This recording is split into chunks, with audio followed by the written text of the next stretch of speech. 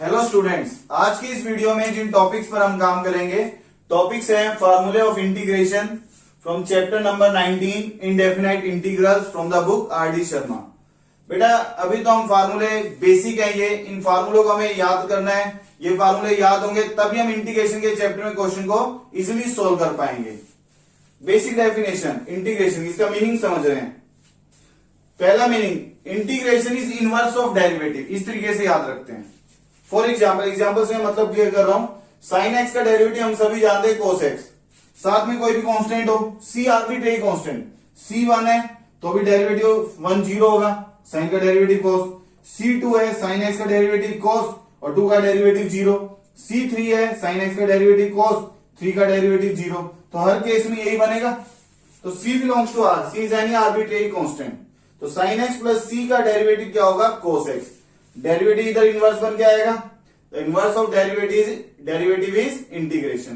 तो integral of cos x dx that is sin x plus सी। तो बेटा c very करेगा तो कितने आंसर बनेंगे? इनफाइनाइट। तो आप इस एग्जांपल से समझ सकते हो कि integration of a function gives the family of curve. sin x क्या है? ग्राफ है, कर्व है। c वेरी करेगा कितने कर्व बनेंगे? Infinite curve. तो इंटीग्रेशन इनडेफिनाइट इंटीग्रल का ज्योमेट्रिकल मीनिंग क्या बना कि indefinite integral represents the family of curves. इसी बात को बेटा हमने अब अननोन फंक्शन f और g की हेल्प से लिख दिया है। f एंड g भी any functions of x such that derivative of gx plus c equal to fx। Same ये पैटर्न है, derivative of gx plus c equal to fx। ये फंक्शन g हो गया, इसका कोई डेरिवेटिव बना दैट इज f। तो डेरिवेटिव इनवर्स बन के आएगा तो integral fx dx that is gx plus c। बेटा इंटीग्रेशन के जो नाम हमें याद होने चाहिए, इंटीग्रेशन का एक नाम है एंटी डेरिवेटिव, एक नाम है प्रिमिटिव। अगर कहीं पूछा जाए फाइंड द प्रिमिटिव, प्रिमिटिव का मतलब अंडरस्टूड होता है हमें इंटीग्रेशन फाइंड आउट करना है। Then g is called anti derivative और प्रिमिटिव और integral of f with respect to x। तो बेटा ये इंटीग्रेशन के नाम है जो हमें डायरेक्ट याद होने चाहिए। और यहां से c का मतलब क्या होगा जो हमें मिलेगा? ये c is constant of integration. c के वैरी करने से कितने कर्व बनेंगे? Infinite curve. तो ज्योमेट्रिकली क्या याद रखोगे कि indefinite integral of a function represents the family of curves. ये इसका एक ज्योमेट्रिकल मीनिंग बना। अब फार्मूले लिखते हैं जो हमें याद होने चाहिए। फॉर्मूले, first formula derivative of sine x plus c is cos x. ये फार्मूले में याद है, इसकी हेल्प से हम इंटीग्रेशन के बनाएंगे। डेरिवेटिव का inverse that is integration, integral of cos x dx is sin x plus c, where c is constant of integration. c का मीनिंग सभी के लिए सेम है। Similarly derivative of cos minus sine होता है, तो minus cos x plus c का derivative क्या होगा? Plus sine. तो integral of sine is minus cos plus c। Third, derivative of tan x plus c, tan का derivative second square, तो integral of second square क्या बना? tan x plus c। Fourth formula derivative of minus cot x plus c that is cosecant square x, the integral of cosecant square x is minus cot x plus c. Next formula, derivative of secant x plus c, that is secant into tan, the integral of secant into tan, that is secant x plus c. Next formula, derivative of minus cosec x plus c, that is cosec into cot. It implies integral of cosec into cot dx क्या होगा? minus cosec x plus c. बेटा ये फार्मूले में direct याद होने चाहिए। इन सब फार्मूला में जो इंपॉर्टेंट बात है जो हमें ध्यान रखनी है वो है कि जितने भी हमने ट्रिग्नोमेट्रिक फंक्शन लिखे हैं आप सभी का इनपुट देखिए। इनपुट मतलब angle, that is a linear function. Angle देखो सब जगह एक्स है, एक्स मतलब एक्स की पावर 1। बेटा ये नहीं आप पावर 2 नजर आ गया, पावर 2 तो फंक्शन क्या है? Input angle that is linear. तो जितने भी फार्मूले हैं वो लीनियर इनपुट के लिए हैं। dx that is small change in x, x की power 1 that is also linear.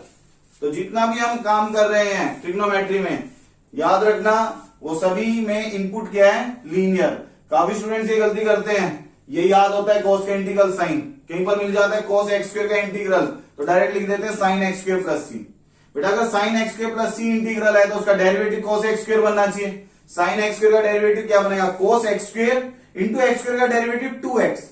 2x तो है ही नहीं कहीं पर, तो जो अगर डिग्री 2 है तो उससे फिर पोलिनोमियल बचेगा। x की पावर 1 है तो x की पावर 1 का डेरिवेटिव 1 बनता है, 1 की वजह से कोई प्रॉब्लम नहीं है।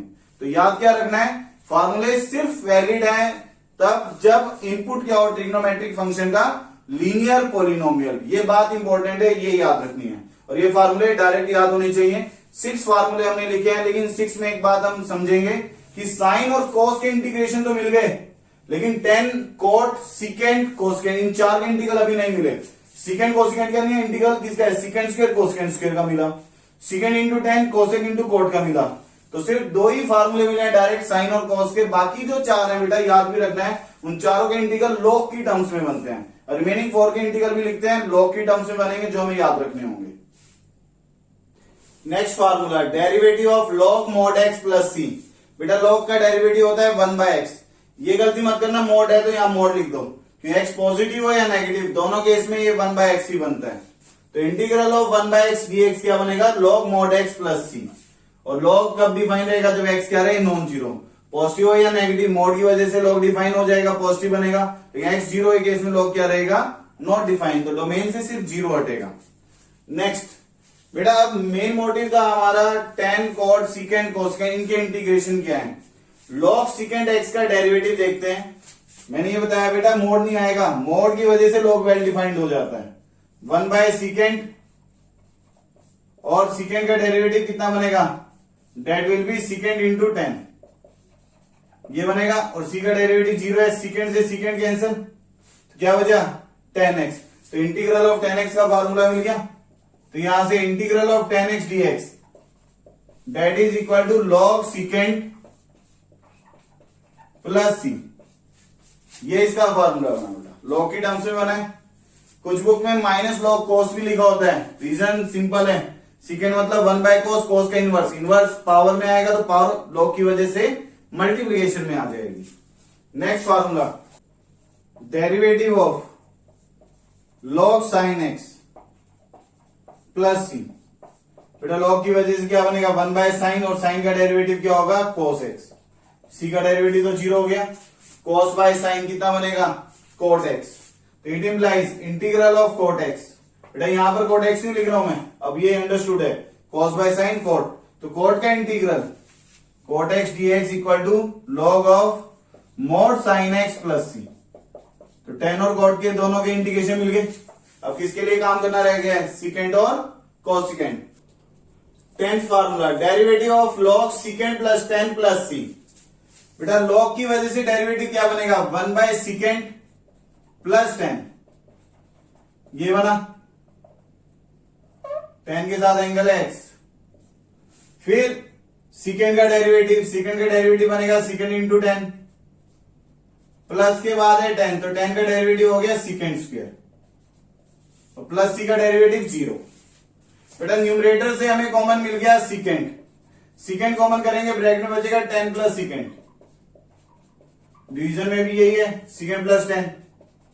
तो सिकेंड प्लस 10 से सिकेंड प्लस 10x कैंसल, तो क्या बचा, सिर्फ सिकेंड x। तो integral of secant x is log secant plus 10 plus सी, ये याद रखोगे। यहां से फॉर्मूला बना बेटा, integral of secant x dx that is log mod, क्या लिखेंगे अब इसको, secant x plus 10x plus सी। बेटा ये बना। नो डाउट स्कूल लेवल पे आप हमेशा यही फार्मूला यूज भी करोगे, लेकिन आईआईटी या कॉम्पिटिटिव पेपर्स में इसकी फर्दर से कैलकुलेशन से भी फार्मूले बनते हैं, उन फार्मूलों की फॉर्म में जनरली आंसर होते हैं। तो बेटा हम फर्दर क्या बन सकते हैं, हम तो यहीं पर डिस्कस कर रहा हूं फार्मूलों में। बेटा आप ये देख सकते हो मैंने ट्रिग्नोमेट्रिक फार्मूले लिखे हुए 11th क्लास के। ये 3 इंपॉर्टेंट फार्मूले जो जनरली यूज होते हैं, याद क्या रखना है, 1 प्लस या 1 माइनस हो तो साथ में हमेशा कोस होना चाहिए, कि 1 प्लस कोस होता है 2 cos square x/2, 1 minus cos 2 sin square x/2। और 1 की बात ना हो तो अकेला फंक्शन हो तो कौन होना चाहिए, साइन, तो साइन हाफ एंगल में बनता है 2 sin x/2 cos x/2। इन फार्मूलों को मैं बार बार यूज करूंगा, इसमें ही मुझे फर्दर कैलकुलेशन में जरूरी है, इससे पहले मैंने डिस्कस किया है। बेटा मैं फिर से सिकेंड प्लस 10 को सोल्व कर रहा हूं, आल्सो सिकेंड प्लस 10, इसकी कैलकुलेशन देखते हैं। सिकेंड मतलब 1/cos, 10 मतलब sin बाय cos। तो बेटा ये बात तो सभी को क्लियर होगी, cos एलसीएम बनेगा तो न्यूमरेटर 1 प्लस साइन, क्लियर। अब यहां से 1 प्लस साइन, 1 प्लस हो, मैंने बताया था ना 1 की बात आ जाए तो साथ में क्या होना चाहिए, cos। तो इसे इस साइन को लिख ले cos 90 माइनस एक्स, और अकेला फंक्शन यहां तो 1 नहीं है, अकेला फंक्शन हो तो क्या होना चाहिए, साइन, इस cos को लिख लें sine 90 minus x, sine 90 minus x is cos x. इसको थीटा मान लें, 1 plus cos theta, 1 plus cos theta, 2 cos square theta by 2, angle का हाफ हो जाएगा। तो इस एंगल का हाफ होगा तो ये बनेगा 2 cos स्क्वायर, इसका हाफ बनेगा पाई बाय 4 माइनस एक्स बाई 2। इसको साइन थीटा मान लें तो बनेगा 2 sine theta by 2 cos theta by 2, जो एंगल है इसका हाफ ये बनेगा 2 sine pi by 4 minus x by 2 into cos pi by 4 minus x by 2। बेटा आप यहां से देख सकते हो cos वाली टर्म कैंसिल, एक 2 कैंसिल, तो cos बाय साइन ये कितना बन गया, कोट। तो ये बन गया यहां से coat pi by 4 minus x by 2। तो इससे एक बात हमें समझने को मिली कि सेकेंड प्लस 10 को हम coat pi by 4 minus x by 2 भी लिख सकते हैं। तो यहां पर लिखेंगे log mod coat pi by 4 minus x by 2, ये कोट की टर्म में हाफ एंगल फार्मूला। क्लियर है बेटा? एक फार्मूला और बना रहे हैं, कोट को लिख सकते हैं tan 90 minus theta cot theta, तो tan 90 माइनस थीटा कितना है इसका, पाई बाय 4 माइनस एक्स बाई 2, एक से ज्यादा टर्म ब्रैकेट में लिखेंगे, पाई बाय 2 में से माइनस करेंगे क्या बनेगा, 10 pi by 4 plus x by 2। तो कोट वाले इस टर्म की जगह पर क्या लिख सकते हैं, 10 pi by 4 plus x by 2। तो log as it is mod as it is 10 pi by 4 plus x by 2 mod plus सी। तो बेटा फर्दर हाफ एंगल में ये फार्मूले भी आपको कंपटीशन के लिए डायरेक्ट याद होने चाहिए, अदरवाइज स्कूल लेवल पे तो मैं फर्स्ट फार्मूला ही प्रेफर करूंगा। तो ये फार्मूला मिल गया मुझे, integral of secant x dx. अब कोसेक के इंटीग्रल का फार्मूला लिखेंगे। Next formula derivative of log mod cosec minus cot plus सी। बेटा लॉग की वजह से बनेगा 1 by cosec minus cot, log mod x का डेरिवेटिव क्या है, 1 बाय एक्स, तो 1 अपॉन बना। अब लॉग का रोल खत्म, कोसेक का डेरिवेटिव होता है माइनस कोसेक इंटू कोट, ये बना। कोट का डेरिवेटिव होता है माइनस कोसेकेंट स्क्वायर, और सी का डेरिवेटिव 0। माइनस माइनस प्लस हो गया, दोनों से कोसेक कॉमन कर दिया न्यूमरेटर से, क्या बचेगा, माइनस कोट प्लस कोसेक, ये होना बेटा। डिनोमिनेटर भी यही है, कोसेक माइनस कोट। तो आप ये देख सकते हो बेटा ये एक्सप्रेशन एग्जैक्ट कैंसिल हो गया, कोसेक माइनस कोट, तो क्या बचा सिर्फ कोसेक एक्स। तो इंटीग्रल ऑफ कोसेक क्या होगा, log mod cosec minus coat. तो ये फार्मूला आपको याद रखना है। तो फार्मूला बना यहां से integral of cosec x dx that is log mod cosec minus cot. बेटा कोसेक का मतलब cosec x, log mod cosec minus cot, ये फार्मूला आप याद रखोगे। फर्दर इसको हाफ एंगल फॉर्म में कन्वर्ट करते हैं। बेटा अब हम कैलकुलेट कर रहे हैं also cosec x minus cot x, इस पे काम कर रहे हैं। कोसेक हम सभी जानते हैं 1 बाय साइन, और कोट होता है कोस बाय साइन, तो साइन एलसीएम हो जाएगा, न्यूमरेटर बचेगा 1 माइनस कोस। अभी फार्मूले लिखवाए थे ट्रिग्नोमेट्रिक फार्मूले, 1 माइनस कोस एक्स क्या होता है, 2 साइन स्क्वायर एक्स बाई 2, और साइन एक्स हाफ एंगल फार्मूले से बनेगा 2 sign x by 2 cos x by 2। बेटा ये हाफ एंगल फार्मूला यूज करने से एक sine x by 2 cancel, 2 cancel, sine by cos कितना बन गया, 10 एक्स बाई 2। इसका मतलब कोसेक माइनस कोट की जगह हम सिर्फ क्या लिख सकते हैं, 10 एक्स बाई 2। फर्दर यही फार्मूला बन गया log mod 10 x by 2 plus सी। तो बेटा इसकी ये नेक्स्ट फॉर्म आपको याद होनी चाहिए। स्कूल लेवल पे हम इस फार्मूले का यूज करेंगे, लेकिन कंपटीशन में जल्दी हाफ एंगल में आपको ये फॉर्म मिल जाएगी। तो ये फार्मूला डायरेक्ट याद होना चाहिए। Next formula derivative of E rest to power x plus C. E rest to power x का derivative E rest to power x और सी का डेरिवेटिव 0। तो integral of E rest to power x dx that is E rest to power x plus c. Next formula derivative of A raised to power x upon log A plus C. A raised to power x का derivative होता है ए raised to power x into log of ए। ये log a constant upon में as it is रहेगा, log of ए से log of A cancel, सी का derivative 0। तो derivative या इंटीग्रल बन के आएगा, तो integral a raised to power x dx that is a raised to power x upon log of a plus c. Log कब डिफाइन होगा, जब ए क्या होगा, ग्रेटर देन 0। लॉग सिर्फ पॉजिटिव नंबर के लिए डिफाइंड होता है, और ए 1 हो गया तो लॉग 1 0, समथिंग बाय 0 क्या होता है, नॉट डिफाइंड, इसलिए ए 1 नहीं हो सकता। बेटा नेक्स्ट फार्मूला, ये एक जनरल आइडिया लिख रहे हैं, इससे याद क्या रखना भी डिफाइन करता हूं। Derivative of f of a x plus b upon a plus सी।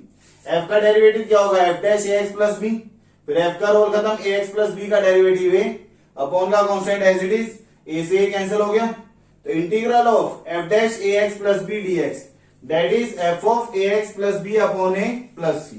तो बेटा इसे याद ये रखना है, किसी भी फंक्शन का जब हम इंटीग्रेशन लिखेंगे तो इनपुट क्या होना चाहिए, लीनियर। पहली बात, इनपुट लीनियर के लिए फार्मूले हैं। आप देखो पावर में एक्स की पावर तो 1 है, यहां भी एक्स की पावर तो 1 है, जहां एक्स है उसकी पावर 1 है, लीनियर इनपुट है, तो एक्स की पावर 1 के लिए तो फार्मूले हैं। उसके बाद जो एक्स का कोफिशिएंट है वो डिवीजन में आता है, ये आइडिया बना बेटा। एक्स का कोफिशिएंट डिवीजन में आया ना, क्योंकि ए अपॉन में लिखे हैं तभी ये कैंसिल हो गया, एफ डैश का इंटीग्रेशन का फार्मूला होगा, इंटीग्रेशन से derivative cancel because both are inverse of one another. लेकिन एक्स का कोफिशिएंट कहां आएगा, डिवीजन में। तो ये बात याद रखनी है, जब भी एक्स का कोफिशिएंट 1 के अलावा कुछ और नजर आ जाए तो डिनोमिनेटर में वो लिखना है। बेटा अभी तक जहां भी मैंने एक्स लिखा है इनपुट, वहां 1 टाइम एक्स लिखा है, जिसकी वजह से डिवीजन में 1 आना था, तो डिनोमिनेटर में 1 लिखो या ना लिखो, वो अंडरस्टूड होता है 1। लेकिन अगर 1 नहीं है तो ध्यान रखना, इंटीग्रेशन में एक्स का कोफिशिएंट कहां आता है, डिवीजन में, और डेरिवेटिव में एक्स का कोफिशिएंट कहां आता है, मल्टीप्लिकेशन में। ये स्टैंडर्ड बात हमें याद होनी चाहिए। नेक्स्ट, डेरिवेटिव ऑफ 1 और 2 और 3 हो, कोई भी कांस्टेंट हो, आर्बिट्रेरी कांस्टेंट, डेरिवेटिव क्या है, 0। तो इंटीग्रल ऑफ 0 मत लिख देना, date is C constant of integration. सी कोई भी आर्बिट्रेरी कांस्टेंट हो, उसका डेरिवेटिव हमेशा क्या बनना है, 0 बनेगा। तो integral of 0 is c. Next बेटा इनवर्स टिग्नो के अब मैं फार्मूले लिख रहा हूं, derivative of sine inverse x. ये फार्मूले आपको अब याद होने चाहिए। इनमें मैं 2 फार्मूले लिखूंगा, फर्स्ट और सेकंड, साइन इनवर्स एक्स और एक लिखेंगे साइन इनवर्स एक्स बाई, ये 2 फार्मूले। तो बेटा साइन इनवर्स एक्स का डेरिवेटिव ये होता है 1/√1 माइनस एक्स स्क्वायर। तो integral of 1/√1 minus x square dx, ये आपको डायरेक्ट याद होने चाहिए, that is sine inverse x plus c. यहां प्लस सी भी लिख दें, सी तो कांस्टेंट है।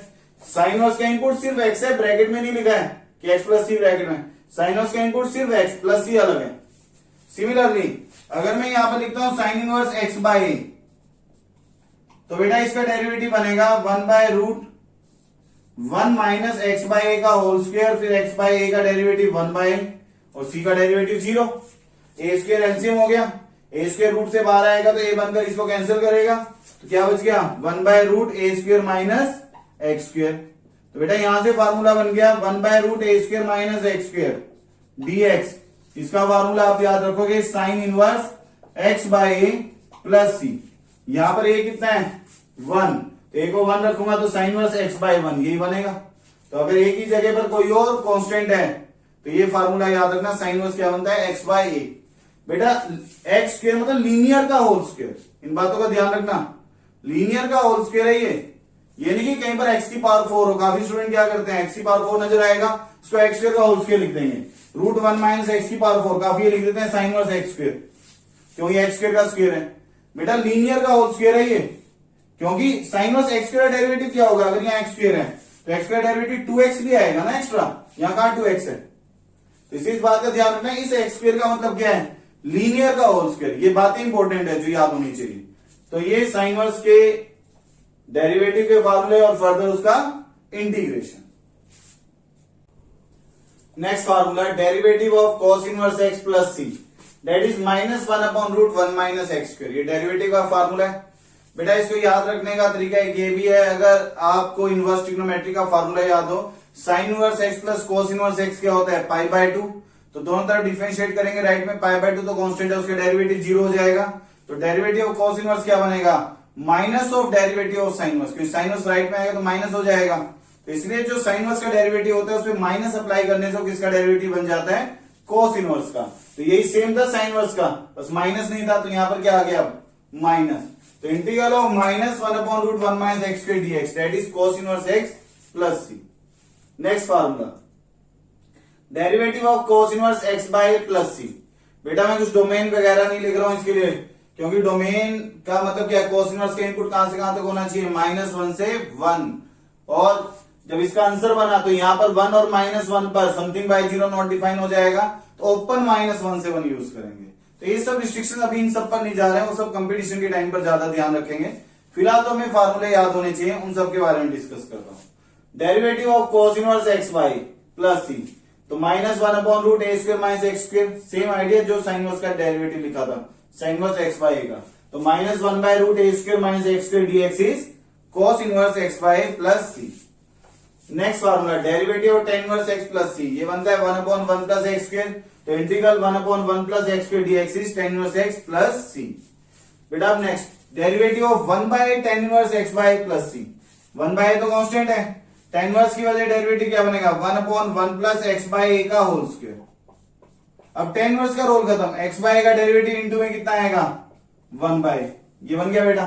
तो 1/a इंटू 1/a कितना बन गया ये 1/a², और डिनोमिनेटर बनेगा a² प्लस x² अपॉन में a²।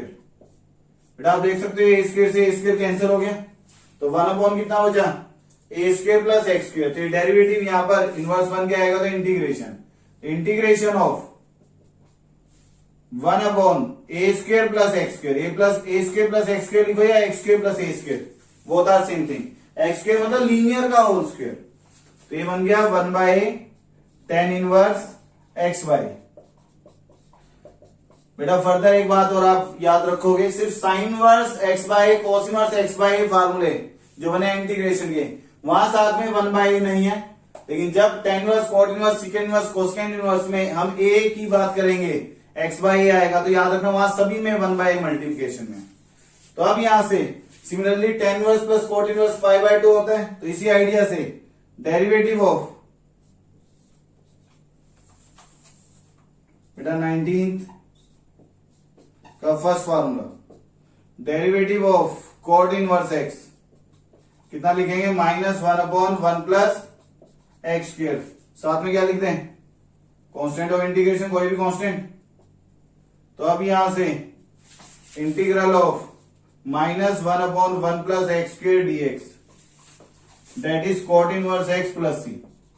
बेटा ये जो मैं इंटीग्रेशन लिख रहा हूं सब जगह ये हमें यूज करने हैं, ये तो आइडियाज हैं, क्योंकि हम डिफरेंशियल कैलकुलस में डेरिवेटिव के भी फार्मूले हमें पता होने चाहिए, तो वो बात भी मैं लिख रहा हूं, उसके हेल्प से ये बने, लेकिन इस चैप्टर के लिए रिक्वायर्ड ये फार्मूले हैं, तो ये आपको डायरेक्ट याद होने चाहिए।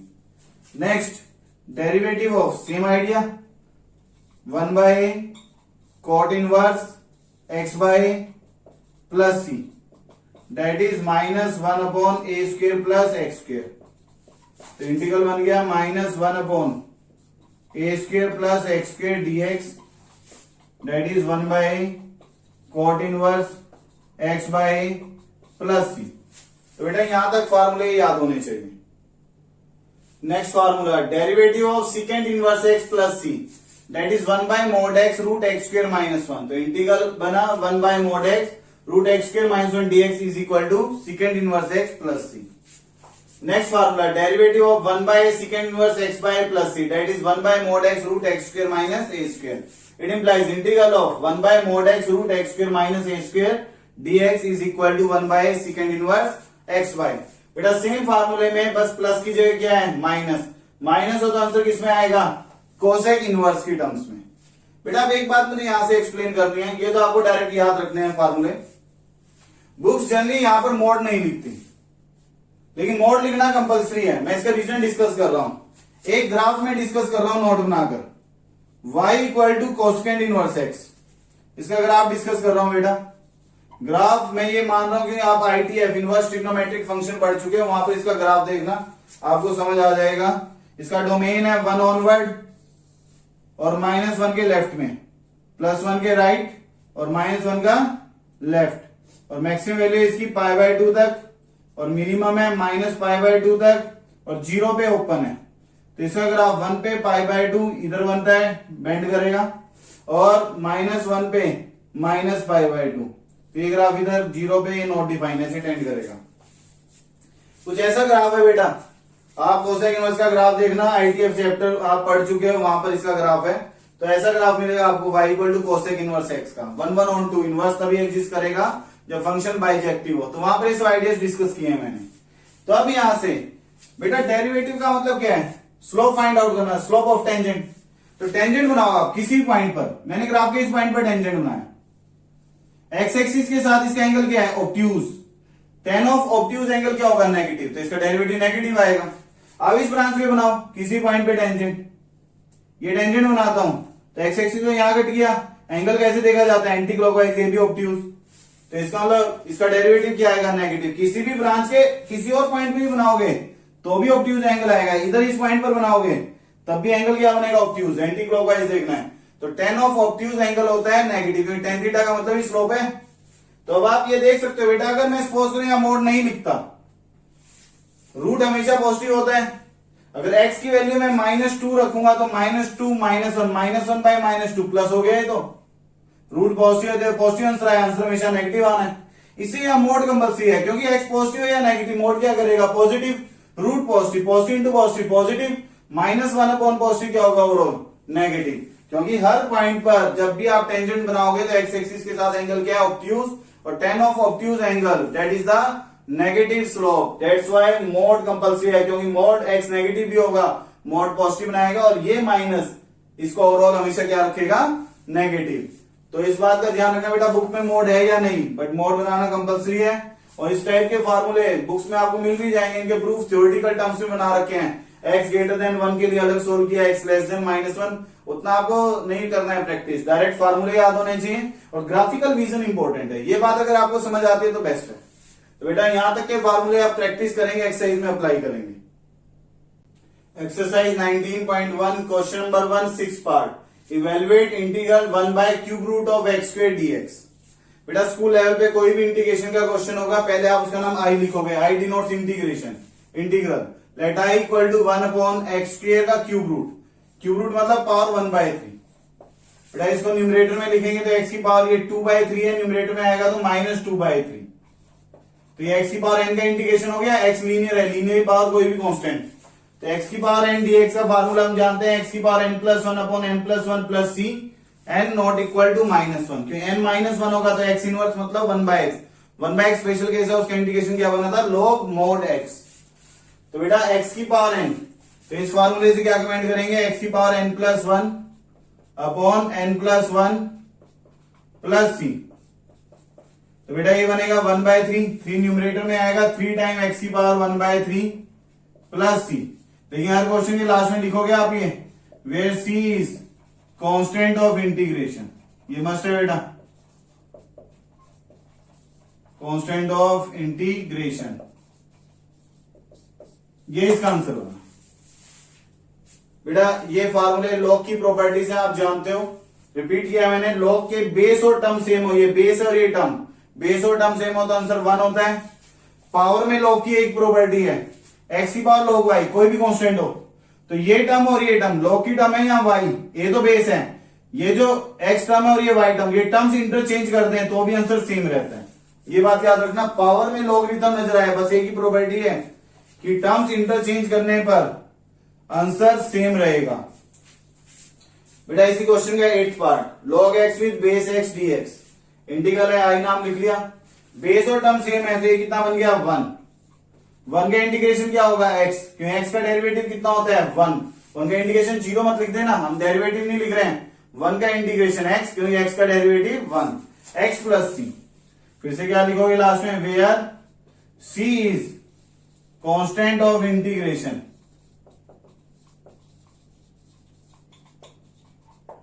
That is required answer. Question number 3, evaluate e raise to power 6 log x minus e raise to power 5 log x upon e raise to power 4 log x minus e raise to power 3 log x का integration with respect to x। तो बेटा power में log नजर आ जाए तो ये property हमें याद होनी चाहिए कि हम पावर वाली log के साथ वाली टर्म जो है log ऑफ y और ये टर्म, इन टर्म्स को इंटरचेंज करें तो भी आंसर क्या रहेगा, सेम रहेगा। बेटा log का बेस अगर मेंशन नहीं भी है कैलकुलस में तो भी बेस हम e मानकर ही काम करते हैं। तो अब यहां से log x विद बेस ही तो अननोन टाइप हुआ, तो बेस और इस टर्म को, सॉरी इस टर्म x और इस e को क्या करना है, इंटरचेंज विद दिस फार्मूला, तो ये बनेगा e रेज टू पावर, अब e की जगह कौन आ गया, x raise to power 6 log of e, base तो e रहेगा, e और x इंटरचेंज हो गए, यहां पर भी e और x इंटरचेंज होंगे तो x की power 5 log of e with base e, यहां पर ई और एक्स इंटरचेंज होंगे तो एक्स की power 4 log of e minus x h power 3 log of e dx as it is. dx लिखना मत भूलना बेटा, बेस और टर्म सेम होता आंसर कितना बनता है 1। तो ये बन गया एक्स की पावर 6 इंटू 1, एक्स की पावर 6, ये भी बेस और टर्म सेम है 5 इंटू 1, यहाँ एक्स की पावर 4, यहाँ एक्स क्यूब। बेटा पूरे चैप्टर में एक बात याद रखना, डिनोमिनेटर में हमें जब भी टर्म मिले तो सिंगल मिले ताकि हम टर्म वाइज डिवाइड कर सकें। एक से ज्यादा टर्म मिले तो प्रोडक्ट में मिले, क्योंकि प्रोडक्ट होगा तो उसको सिंगल टर्म मान के हम टर्म वाइज क्या कर सकते हैं, डिवाइड। लेकिन डिनोमिनेटर में आपको प्लस या माइनस मिल गया टर्म्स के बीच में तो फिर वो एक एक्सप्रेशन है, वो टर्म वाइज डिवाइड कर पाएगा या नहीं, वो आसान नहीं होता है। तो मोटिव होता है सिंगल टर्म बचे, एक से ज्यादा हो तो प्रोडक्ट में बचे ताकि हम डिवाइड कर सकें। डिवीजन का आइडिया क्यों है माइंड में, क्योंकि आप जितने भी फार्मूले याद किए हैं आपने, वो सभी फार्मूलों में, उन सभी फार्मूलों में फंक्शन जो है वो सिर्फ न्यूमरेटर में है बेटा। तो इससे हमारा मोटिव है कि न्यूमरेटर में ही फंक्शन नजर आए, डिनोमिनेटर में कुछ ना हो, ताकि उन फार्मूले जैसी फॉर्म बने, फर्दर हम कैलकुलेट कर सकें। यहां पर एक्स स्क्वायर कॉमन करेंगे तो ये बनेगा x4 minus x cube, upon में भी यही है x4 माइनस एक्स क्यूब। तो बेटा डिनोमिनेटर हट गया। अब x की पावर n का इंटीग्रेशन क्या होगा, x की power n plus 1 upon n plus 1 plus c, that is x cube by 3 plus c, where c is क्या लिखेंगे, constant of integration, that is required answer. Question number 2 first part, evaluate integral root 1 plus cos 2x by 2 dx। Integral का नाम पहले आई लिखेंगे, 1 plus cos 2x का formula that is 2 cos square x, half angle फार्मूले बेटा, ये direct याद होने चाहिए। अब स्क्वायर से रूट कैंसिल होगा बेटा, नो डाउट स्क्वायर से रूट कैंसिल होता है तो मोड आता है, लेकिन सब बातें हम कंपटीशन के टाइम पर ज्यादा ध्यान रखेंगे। याद रखना इनडेफिनाइट इंटीग्रल में डोमेन होता नहीं है, इसे आप स्क्वायर से रूट डायरेक्ट कैंसिल करोगे। जब हम डेफिनाइट इंटीग्रल नेक्स्ट चैप्टर पढ़ेंगे वहां पर डोमेन गिवन होगा, तब डोमेन के अकॉर्डिंग हम देखेंगे कि स्क्वायर से रूट कैंसिल करके मोड आएगा, मोड अकॉर्डिंग टू डोमेन हटाकर प्लस लिखेंगे या माइनस। बट इनडेफिनाइट में आपको डायरेक्ट कैंसिल करना है। cos x का इंटीग्रेशन हम जानते हैं sin x plus c, c का मीनिंग लिख दोगे where c is constant of integration, में c o i लिख रहा हूं, आप पूरा लिख लेना, कांस्टेंट ऑफ इंटीग्रेशन। क्लियर है बात। Question number 5 first part, evaluate integral cos 2x plus 2 sin square upon sin square dx, let i equal to this integral. बेटा डिनोमिनेटर में sin स्क्वायर है, तो हमें सभी टर्म sin स्क्वायर में बनाने हैं ताकि टर्म्स वाइज क्या कर सके, हम डिवाइड कर सकें। cos 2x का फार्मूला, 4 फार्मूले हैं, लेकिन सिर्फ sin स्क्वायर में एक फार्मूला है 1 minus 2 sin square x, that is the half angle formula for cos 2x। तो बेटा ये बन गया 1 माइनस 2 sin स्क्वायर x, ये प्लस का 2 sin square x as it is, ये dx as it is, upon में sin square x as it is. बेटा ये 2 sin स्क्वायर x कैंसिल, क्या बचा सिर्फ, that is 1 by sin square cosecant square x। अभी फार्मूले लिखवाए, कोसेकेंट स्क्वायर का इंटीग्रेशन क्या होगा, minus cot x plus c, where c is constant of integration. INT लिख दे बेटा, INT इंटरवल नहीं है, इंटीग्रेशन पूरा लिखना है आपको, दैट इज रिक्वायर्ड आंसर। तो बेटा आज की इस वीडियो में हमने बेसिक्स पे काम किया है, इंटीग्रेशन के फार्मूले वो याद करने हैं, उन पर बेस्ड कुछ क्वेश्चन है जो प्रैक्टिस किए हैं, फर्स्ट एक्सरसाइज कंप्लीट की है, फिर से ये फार्मूले अप्लाई करेंगे नेक्स्ट वीडियो में, सेकंड एक्सरसाइज कंटिन्यू करेंगे वहां से। तो यहां तक के क्वेश्चन की प्रैक्टिस करना, ऑल द बेस्ट।